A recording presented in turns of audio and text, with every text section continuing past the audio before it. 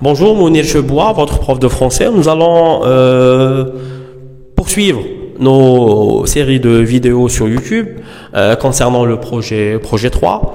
Et nous allons voir une leçon qui est souvent proposée au bac. C'est une leçon qui est proposée bien évidemment pour toutes les filières et également pour tous les projets 1, 2 et 3. Vous allez retrouver cette leçon sur mon livre dans la page 39 et dans la page 40. Voilà. Donc le but, c'est quoi? C'est quoi le but?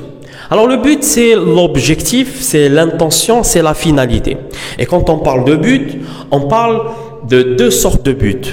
Il y a un but à atteindre, c'est arriver à quelque chose, et il y a un but à éviter. Alors, pour exprimer le but à atteindre ou bien à éviter, il faut employer des articulateurs, des mots, des articulateurs. Alors ces articulateurs-là, il faut les distinguer et c'est très important. Pourquoi? Parce qu'on ne peut pas exprimer un but à atteindre avec un mot, un articulateur d'un but à éviter. Et on ne peut pas exprimer un but à éviter avec un articulateur d'un but à atteindre. C'est tout à fait logique. Alors je vais vous proposer une liste. La liste que vous voyez ici, elle est plus approfondie sur mon livre, bien sûr. Donc là, on va se contenter que de ces articulateurs. Et ça peut suffire. Hein. Alors, pour exprimer le but à atteindre, je peux employer pour. Et après pour, je dois faire attention. Soit je mets un nom, soit je mets un verbe à l'infinitif. Je peux employer, utiliser pour que et juste après conjuguer le verbe au subjonctif. Et vous allez comprendre pourquoi nous sommes en train de parler de cela. Donc pour exprimer le but, je peux aussi employer, utiliser afin de et juste après je mets le verbe à l'infinitif. Je peux également employer afin que et juste après je dois mettre le subjonctif.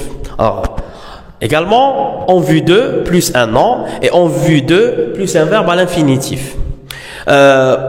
Pour le but à éviter, je peux employer plusieurs mots. Je ne vais citer qu'un seul exemple. Alors, de peur de peur que. Alors, après de peur de, je dois mettre le verbe à l'infinitif et après de peur que, je mets le verbe au subjonctif. Comment elle est posée la question au bac? Alors, au bac, c'est très simple. On va vous donner une phrase. Dans cette phrase, il y a un articulateur qui exprime le but et on va vous donner des consignes. Alors, on va choisir le bac, un bac langue normalement 2017. Vous avez une phrase. Donc, faire avancer le programme des Nations Unies en vue de construire un monde. Donc, nous avons un articulateur en vue de plus un verbe à l'infinitif. Un verbe à l'infinitif.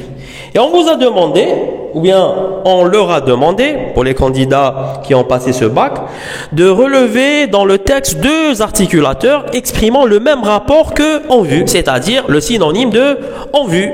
Donc, du texte, hein. Alors, est-ce qu'on peut mettre n'importe quel articulateur? De 1. Donc, il faut savoir si je peux mettre l'articulateur qui exprime le but à atteindre ou bien à éviter. Et il faut aussi faire attention à ce qui vient après l'articulateur que j'ai trouvé dans le texte. Par exemple, nous avons pour. Est-ce que je peux remplacer en vue de par pour? Oui, je peux remplacer. Pourquoi? Parce que après pour, on peut retrouver un verbe à l'infinitif. Très bien. On peut mettre un verbe à l'infinitif. Afin de. Oui ou non? Alors moi je vous dis oui. Pourquoi? Parce que après afin de, on laisse le verbe à l'infinitif. Est-ce que je peux remplacer en vue de par pour que? Moi, je vous dis non. Pourquoi? Parce que le verbe après pour que doit être au subjonctif. Et là nous avons l'infinitif. Est-ce que je peux remplacer en vue de par afin que? Non, ce n'est pas possible. Pourquoi? Parce que afin que, après afin que, le verbe il doit être au subjonctif. Donc, puisque là vous avez le verbe à l'infinitif, je ne peux choisir que pour, afin de. Dans cette liste, hein. Est-ce que je peux employer de peur de, puisque là on a un verbe à l'infinitif? Non, ce n'est pas possible. Pourquoi? Parce que c'est un but à éviter, et là vous avez un but à atteindre. Voilà. On peut éventuellement vous proposer une autre consigne. On vous donne la même phrase et on vous dit quel est le rapport logique exprimé dans la phrase ci-dessus. Donc je réponds que c'est le rapport du but. Très bien. Et on vous propose la suite de la consigne. Remplacer le mot souligné, c'est-à-dire en vue de, par un autre de même sens. On va dire un synonyme, mais pas dans le texte.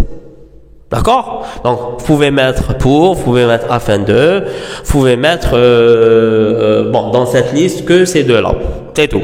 Voilà. Donc, ça, c'est le but. J'espère que ça a été clair. Je vous dis à très bientôt et on se revoit très, très prochainement. Au revoir. À très bientôt, Inch'Allah.